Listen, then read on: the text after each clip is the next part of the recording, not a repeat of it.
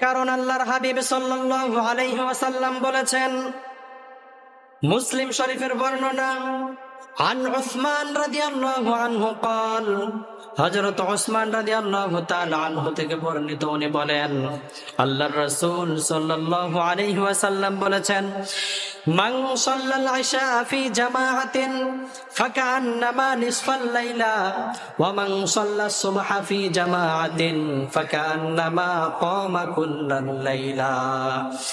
যে ব্যক্তি ইশারের নামাজটা জামাতের সাথে আদায় করতে পারবে, আল্লাহ রাব্বুল আলামিন তাকে অর্ধরাত্রিতে দাঁড়িয়ে দাঁড়িয়ে ইবাদত করার মতো সওয়াব দিবেন। আবার সেই ব্যক্তিটা যদি ফজরের নামাজটা জামাতের সাথে আদায় করতে পারে, আবার অর্ধরাত্রি দাঁড়িয়ে দাঁড়িয়ে ইবাদত করার সওয়াব দিবেন কে?